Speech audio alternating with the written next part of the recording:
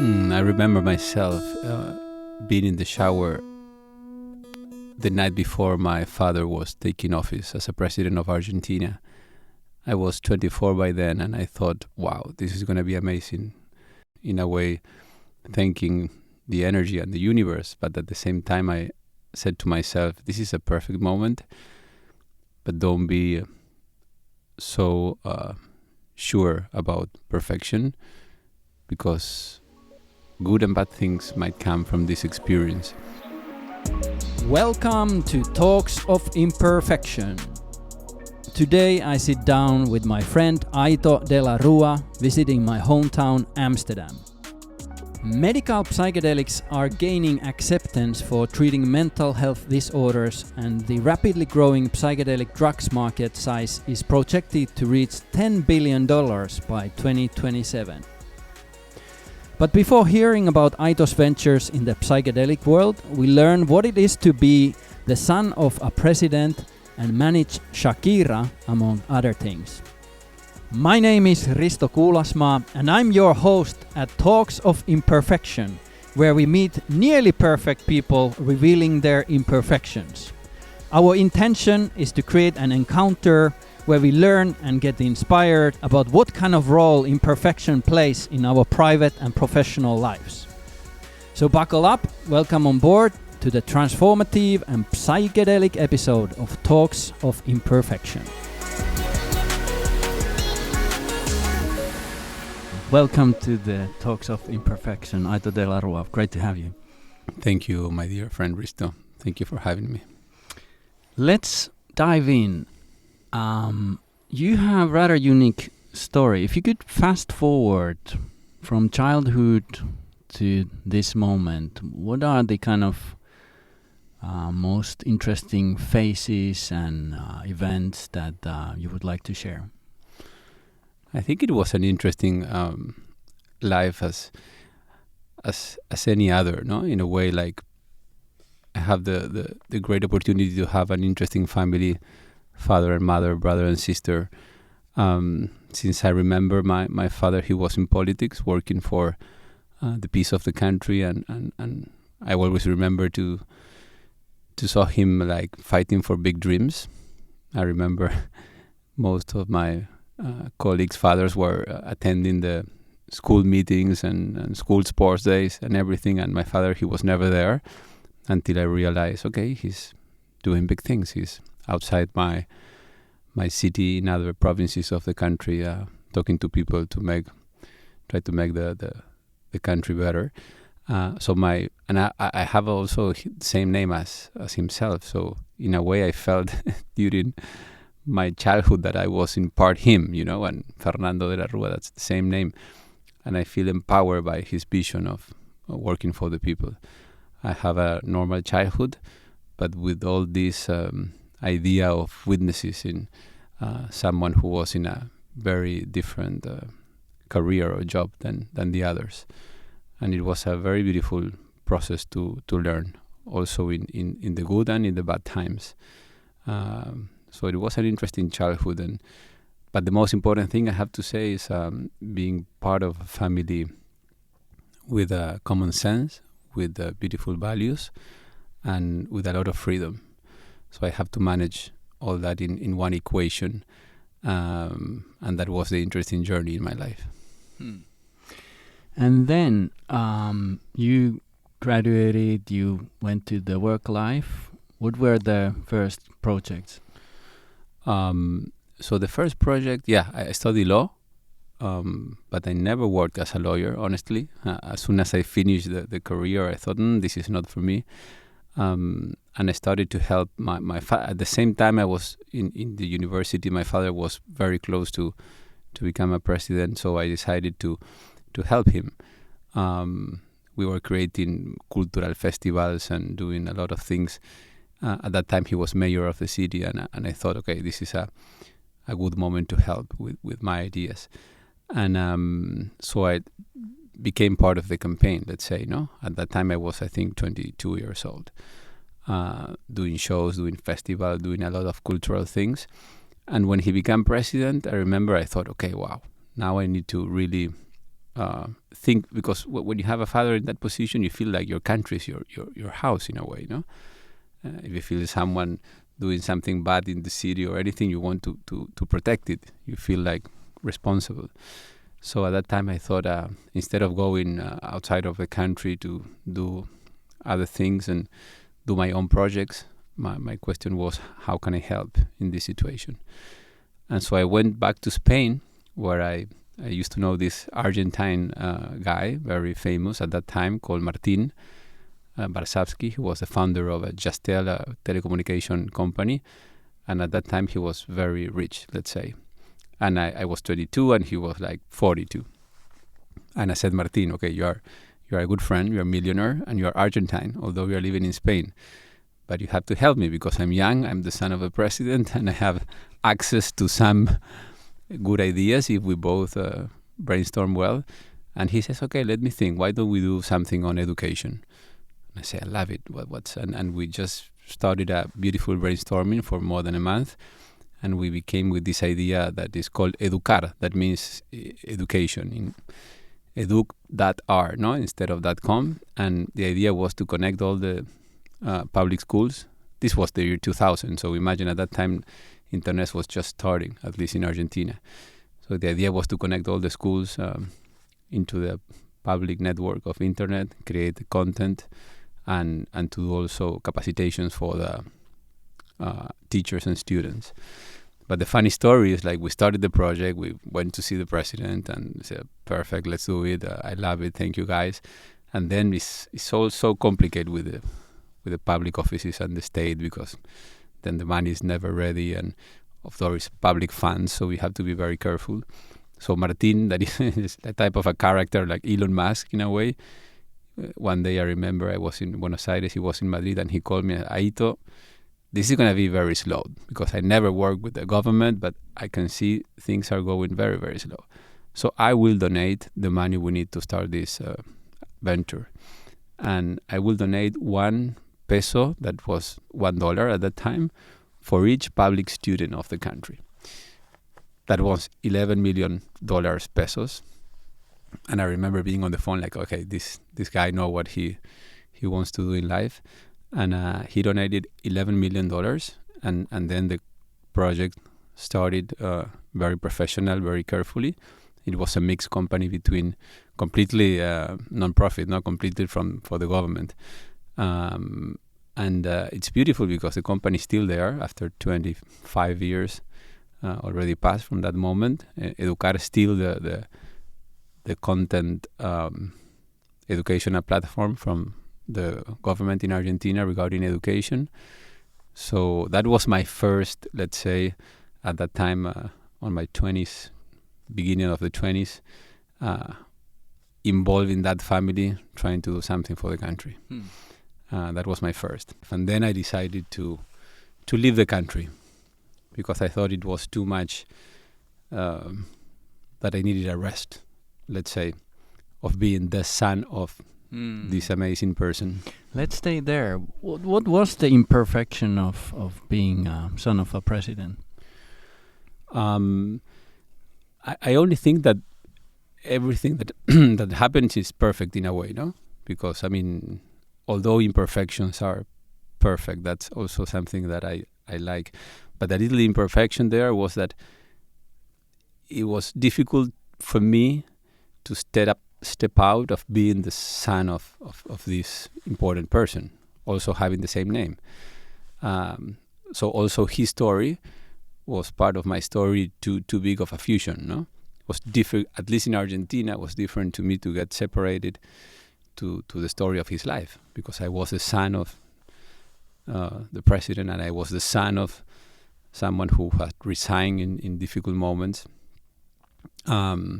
So as I thought as a kid, like, I thought sometimes that I would very close to him and feel like myself the need of separation a little bit, not from my father physically, but yes, to find my own story, and for that I needed to be out of Argentina.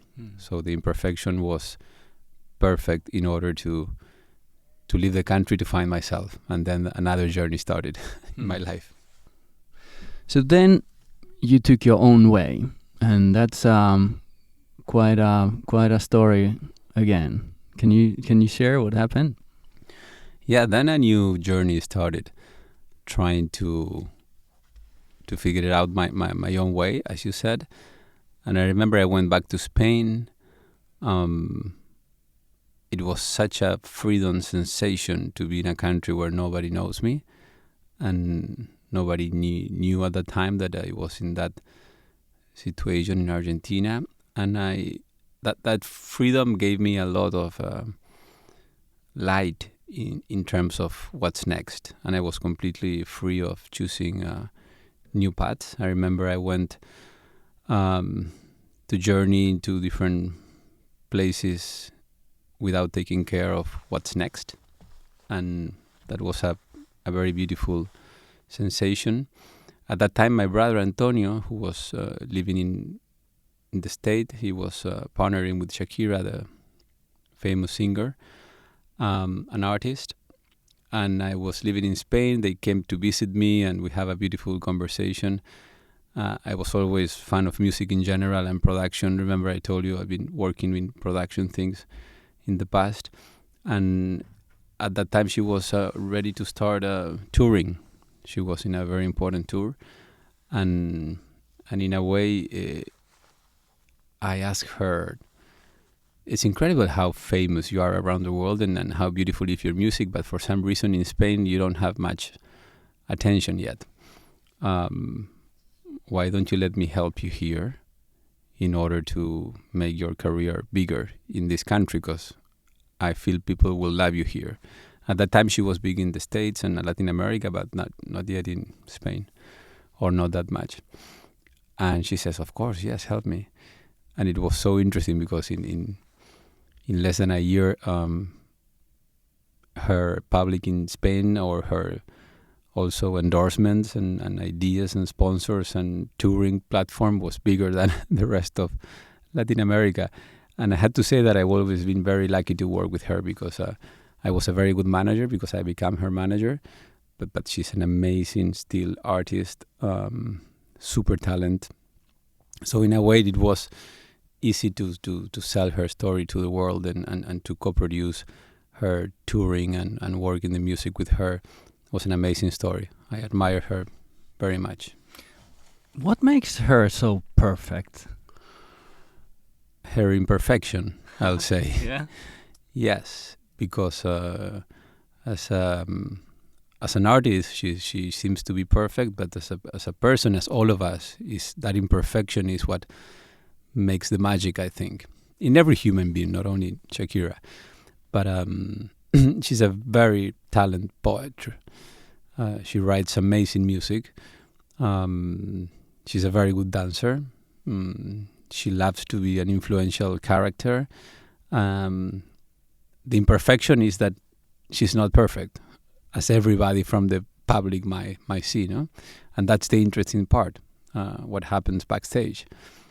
She's a normal human being with fears, and like all of us, and that imperfection was for me the big attention in order to help her, to help such a great artist to make her voice loud and help the world, because she was not only a singer, she was a performer, but she was an activist, and I remember saying to myself, I need to help this human being because she will do amazing things in the world.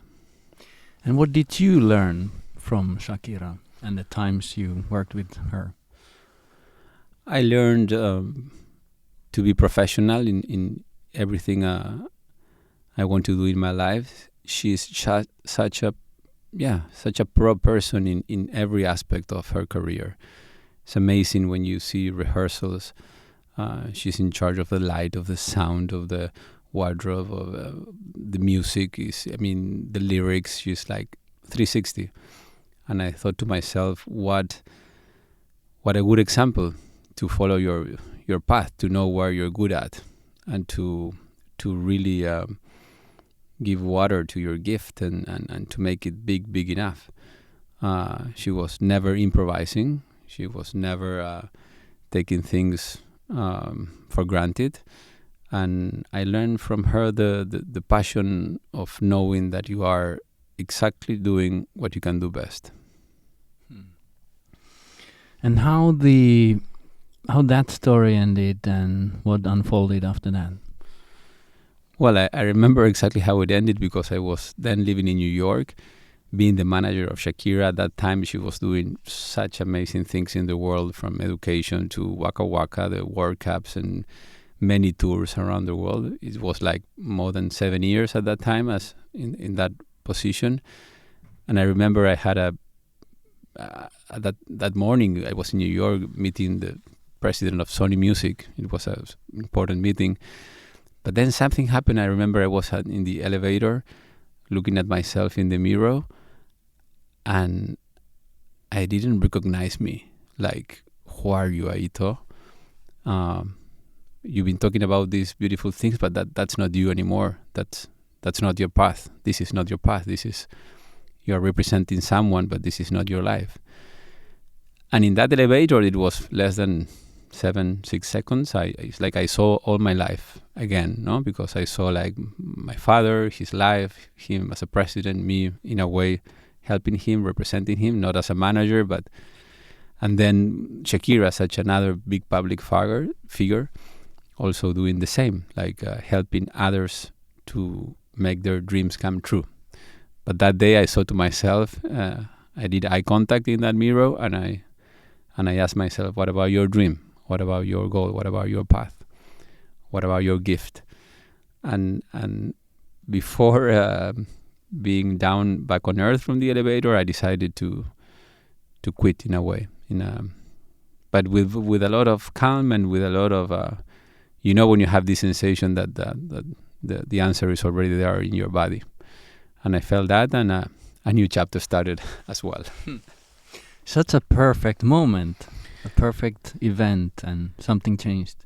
Yeah, that was a perfect moment because I remember when I first started walking again, at least in my body with my own decision, I felt like flying. And actually I flew away again from New York in finding new ways. At that time I thought that in order to find myself I need to get lost. I'm again completely out of my family story and completely out of Shakira's story. And I think at that time the first destiny that I found was Sri Lanka. And I went back to Sri Lanka to visit an old friend, a beautiful monk. Not even to talk about it, but just to meditate and go inwards. And that was the first journey, let's say, into my unconscious dreams in a conscious way, because I knew that in order to find more answers, I needed to go into myself. And those were the times when also our path crossed, and you made a big impression because when we met, you explained that you are in a kind of process of unlearning, and in a way you described yourself as a laboratory. So you went all in to kind of experiment and explore. What were your methods to really kind of find the answers within you? Interesting that you remember that. I always said, that I wanted to do this laboratory of experiments, but basically starting with myself.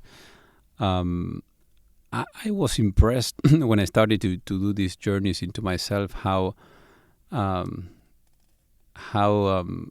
much we don't know about anything in our lives, no? And I thought, wow, this is incredible, because too much information that we have from our education system, the schools, also from our parents. I've been very lucky with the education they gave me. But then I thought there's a lot of information here that is not mine, that is just I'm inherited this information from other cultures and for being in Argentina, for being in my country. Then I went to Sri Lanka and I see completely different stories, and I said, this is like a software. I have like one type of information, but there's so many. And so it was the first period when I was trying to study everything, from Kabbalah, the different type. I'm Catholic, but I was thinking I need to study and to learn more. But then it became a point when I said, okay, the next part of the process is to unlearn everything. really how to came back to this empty vessel into my life, because there's too much information here. So I started that process of trying to reprogram myself, also trying to understand some techniques in how to reprogram. But it was more than anything, I don't want to say meditation, but walking and breathing and understanding, to be back in connecting with nature. And it was this beautiful battle against my thinking process, and try to go down to my feeling, emotions, and try to dance between mind and body. And often in these kind of soul-searching periods, the awareness starts to shine the light, and you start to see your potential, but also your imperfections. Was there something specific that you saw that, okay, this is not serving me anymore, I need to work with this specific thing? Many, I should say. I think I'm a guy that I'm always involved in many things, and I realized at that time that in order to be good at some of the things, I need to start saying no to many, and to focus in the ones that I can do best, which is not always an easy decision, because I feel I can do very good things in many, but then I understood I need to do focus, no? And I think that was a big challenge for me. Start to really go inwards and understand where is my potential, and try to follow that one. The beautiful part is that it's a journey that never ends. I don't think although now I'm closer to my potential, or I'm closer to understand which are the things I know the best for me, it's always a constant feeling of understanding myself. But I think, going back to your question, I have to get rid of some people around myself. Not because they are good or bad, but because I feel that in order to synchronize with new layers of my moment in life, I decided to stop seeing some people and try to go meet some new ones. And that was an interesting process. It's not that I changed friendship friendship or new people from old people, but just trying to vibrate with new people in my life. It's like setting a new standard through the relaunch of Aito. Yes, I mean, it's who you met on that new standard. I met very humble people that I was like in many events, and people that I knew from all my life, and suddenly I met the wisdom of humble people, of priests, of teachers, of I was very open to meet like new people. I was like discovering life in a new way. Sometimes I was talking more with the taxi driver than with my best friend, in order to get like new information. And I think at that time was beautiful how things in life appear naturally, no? When you open a gate, then you start finding the right people. But for me, the big discovery was to meet people that I never thought they were the right people to tell me exactly what I was looking for. And now the gates are open. It's so clear that you created this new realm for yourself. You were you took the initiative. And now if I look at your ventures and your businesses, they represent this new standard, right? Could you talk about what started to unfold after these realizations? Yeah, I think I'm always saying these days that I always give space to the universe to give me the final thought on any idea, no? I feel like I have a board in my life of people that help me understanding some of my decisions, but then the final decision is from the universe. And when you open that gate, as you said, I feel it's important to learn how to listen. I listen more than any time in my life, but not to people, but to the universe, no?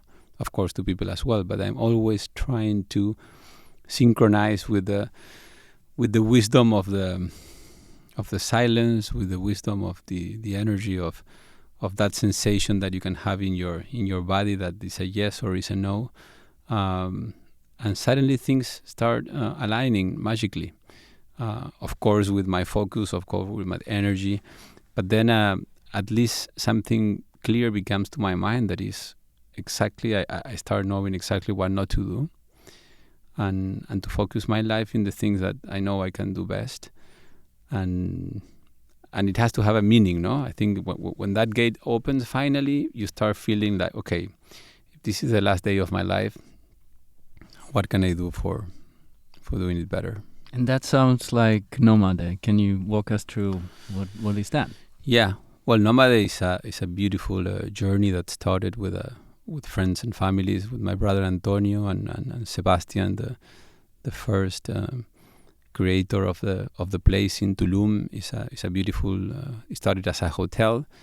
We all came from this amazing festival, Burning Man. It was still a big inspiration in my life, and we spent many festivals there. But it's a very beautiful festival that in a way changed a lot of perspectives in your life. But it's only 1 week, although it seems like to be like a lifetime. It's just 4 or 5 days, and so we had this sensation that when we leave Burning Man, we didn't have a place to do like a soft landing, because coming back to the real world is a big shift. And so we started landing in Tulum. At that time was not that far from Burning Man, and beautiful hotels were there. So we rented this hotel and we started to do some parties and celebrations, just to do like a transition between Burning Man and real life. And we realized that there's a space there, not as a business, but as a space for integration.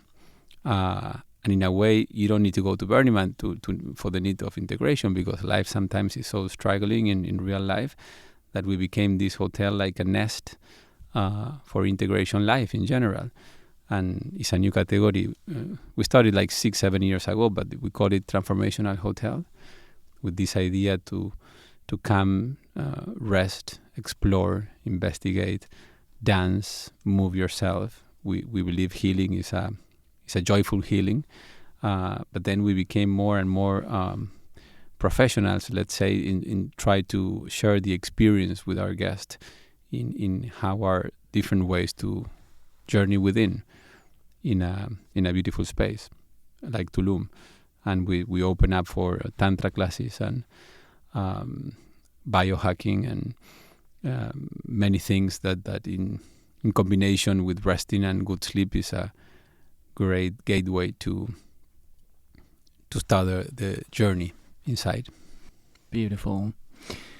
And now you have a interesting portfolio of ventures. Yeah. So when Nomade, as I said, is for me one of the main ones, because I'm in charge of the transformational department, in all the new ideas on how to connect ancient wisdom with technology, and how can we offer in this experience that is not just a hotel. So I put a lot of energy there. We have another entity called Nomade Lab, which is where we practices and invite teachers and trainers in order to learn more from them, and what from that content we can then put in the hotels. I'm also in the food industry a little bit with a company called Eternal Foods, also from mushrooms, trying to create like some replacement of meat that I think is going to be very important for the future. I still eat meat sometimes in my life, but less and less. And I think in order to get a final, the perfect tune vibration with everything, less meat or replacement for meat is also needed. So Eternal Food is in that way. And then in my experience in my life, I did a lot of time psychedelics. I love to be in the jungle with shamans, and I had many experiments there. And I realized once what a beautiful thing to share with people that I know they're not going to be never here in the jungle, like with me, with this shaman, because for different reasons. We have different personalities, and they're not going to do it this way. But the medicine is incredible. What I call the psilocybin, no? On the world of psychedelics that I did many, I found psilocybin one of the gentle ones.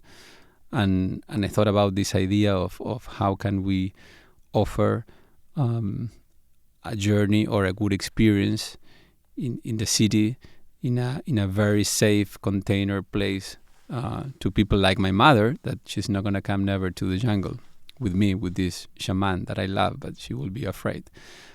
And then we started this Spinoza company. Psychedelics are making a huge wave now. The governments kind of shut it down and all their kind of healing qualities with mental health improvements. They were forgotten for decades, and right now we live amazing new era where investments are moving towards psychedelics. I just came from Davos World Economic Forum, and on the side events there was like a whole week of programming in the medical psychedelic house. It goes without saying, psychedelics are here. They will help with the global mental health problem, the epidemic there. So what about Spinoza? What's the help for like a common person like me who doesn't know much about psychedelics? What is the added value to become part of your community? Well, first, the company name is in honor of the great Dutch philosopher Spinoza, who was the first one who says, please guys, let's start unifying body and mind, because they are completely one same thing. And if we don't understand this, it's going to be difficult to make the full process, which I agree 100%. At that time was Descartes and the others like separated a little bit everything. He had this beautiful quote that Deus sive natura, meaning God is in nature, and you will find it there, and we have the same substance. So in a way, for me, Spinoza was a big master of the concept of oneness, of wholeness. No, there's one big thing, and by the way, we have the same substance of this one thing, so there's no separation. So for me, Spinoza, now the company, and psychedelics is this vision of trying in a little journey, deep, little but profound, to really have the feeling of this oneness, because we live in this world completely with duality all the time, and separation, good and bad, poor and rich, black and white, and we don't have this sense of wholeness. So Spinoza is a company that, different from other companies, we don't want to be in the psychedelic world only to treat depression, which I think is amazing and it has a super potential value. But we feel, what about people that are not depressed, but they want also to understand more and to start that inner journey and to feel that wholeness and oneness, and maybe we can help as well. And that's the beauty to be in this country where it's completely free. How it works? You are a community, you provide products. What is this all about? Yeah, well, we started the community. Basically, there's three pillars, let's say. One is the product itself. Here, the Truffle in the Netherlands, that is the place where we are allowed to sell and to share. Then we have these ceremonies that it can be like with groups or personal. We do it in the city centers, and we do it outside into nature, which is also amazing. And step by step, we're creating the community. We're also launching these next days the Spinoza app, which resumes in a way everything that we're doing, because in the app you have master classes about how to make it good, the trip. You have a lot of information. You have good music. You have examples of intentions. You have beautiful things and deep things in order to help understand not beginners, but people that maybe never tried before. So the app is, there's many times that I've been in with people like, okay, I have these chocolates, but it's important to do it in the right place, in the right certain setting, and And for me, I've been in the recreational side myself, experiment with these substances, but I feel much more pleasure with when you use it as a therapeutical plant. Not plant, but medicine, sorry. Yeah. In the world of psychedelics, they always say set, setting, and intention. Those are the three very important things. And I think that if you know that you are in a good conditions, if you're not taking any pills, any antidepressant, you don't have problems with alcohol, you have to know yourself in order to do the work. But once you are there, it's about letting you enjoy the journey and see and be very aware of the experiment, of the presence. Is for me, I always said is you can have in one good journey of psilocybin the comparison of 10 years of therapy, but it's different for everyone. For me, it's a beautiful journey going to the unconscious, trying to go into your unconscious with a little lamp, and to see what's out there, what is in this world of shadows that sometimes we don't want to get in. I think it was Joseph Campbell who says the hole you fear to enter might have the treasure you seek. And I think that the journey into, at least with psilocybin, for me is like, okay, I'm going to go a little bit into my unconsciousness in order to understand myself better. What would be your thoughts to people who approach psychedelics through fear? I think fear is always interesting also. I think it's perfect and imperfect depending on the moment you take fear in consideration. But I understand any approach into psychedelics also when people don't know much about it. And I think it's very important to get good information about it. I think not everyone needs psychedelics. That's also beautiful because people can go to the same place without it. I think psychedelics, in a way, they are a good shortcut in order to see something that for others like me can take years of meditation or a lot of time to have like a deep experience. But I don't feel psychedelic is something that you need once it reveals you what is there that can help you. You don't need to repeat the experience all the time, but it gives you a big insight in what is a huge possibility for you to get out of some sensations. That's the beauty of psychedelics.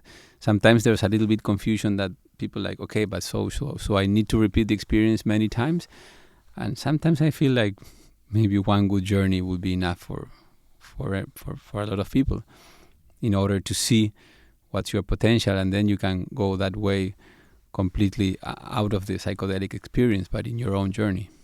How you see the legislation changing? I mean, we've seen the first wave of freeing marijuana in US. The psychedelics are making their way to the medical realm. How you see the next 5-10 years? I see the world following the Netherlands always, because with marijuana it happened the same with cannabis. Here in the Netherlands was always approved, no problem, and then the world started to see what's going on here, and of course going more with therapeutical laws, etc.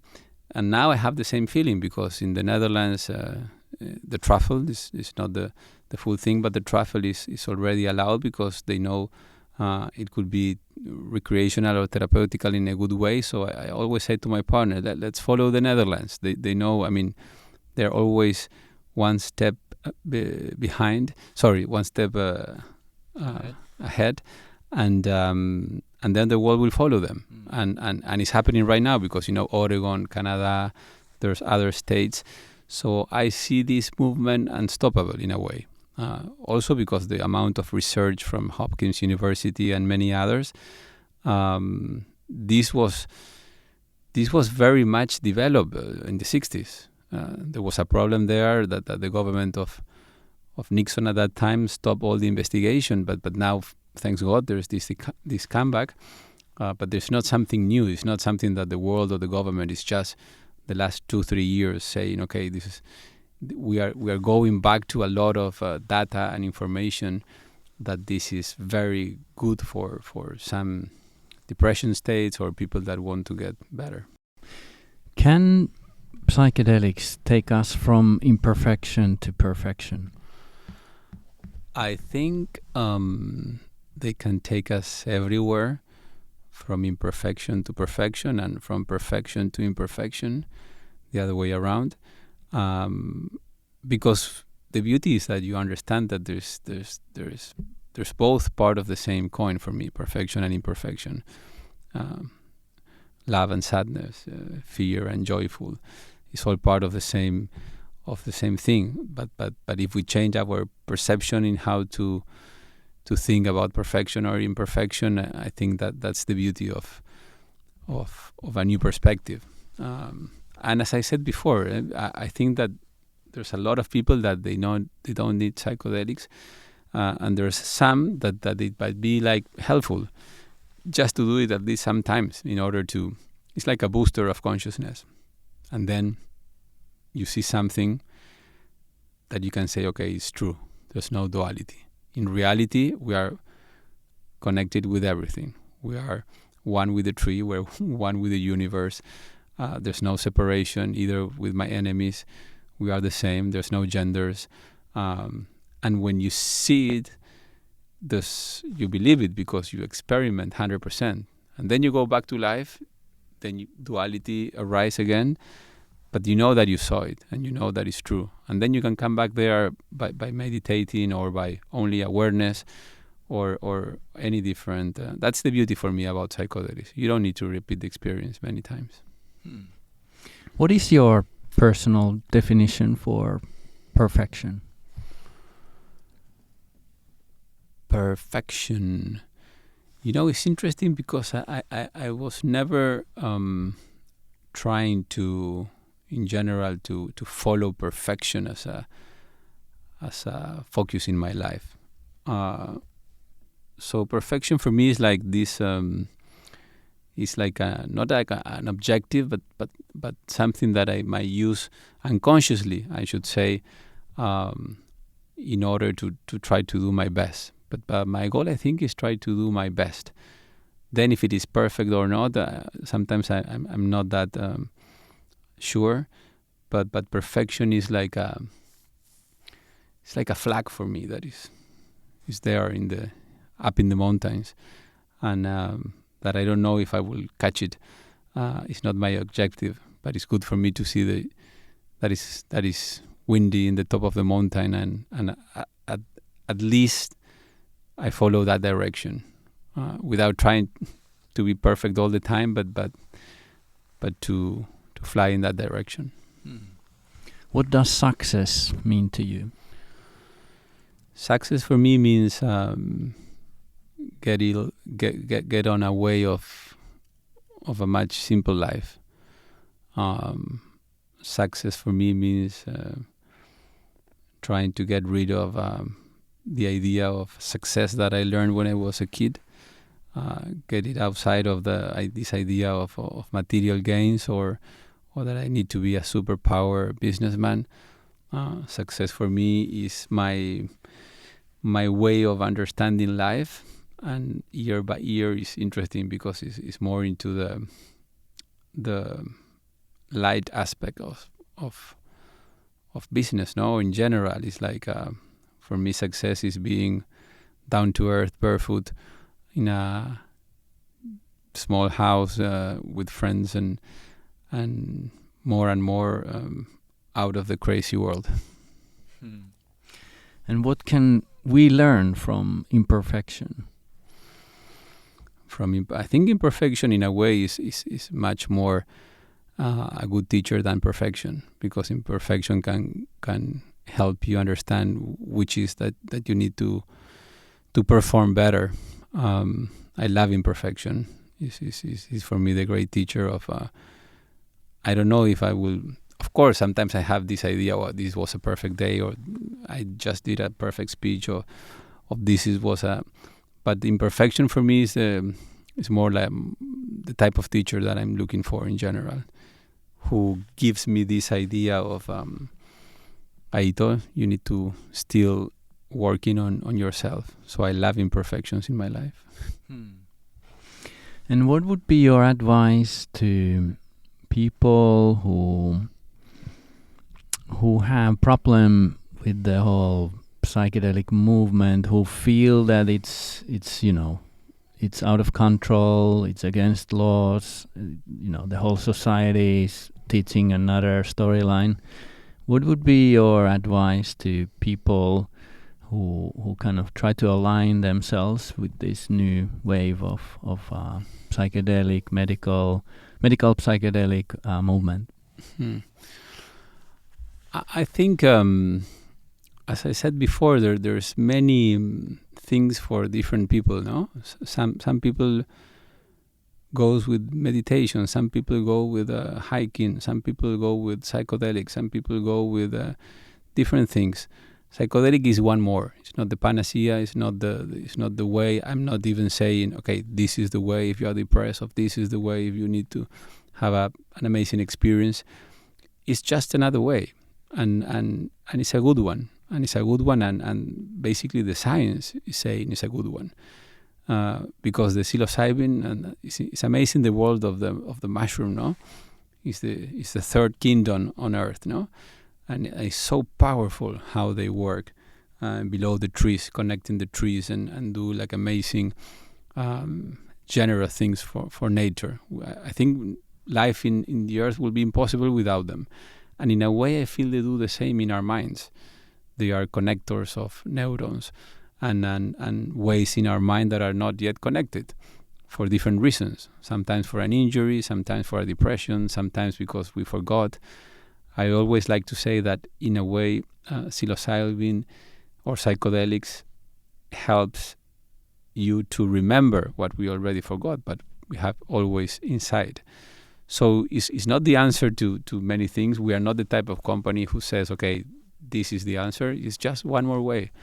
And it's a beautiful one. Maybe it's not for everyone, and I understand people that don't like it.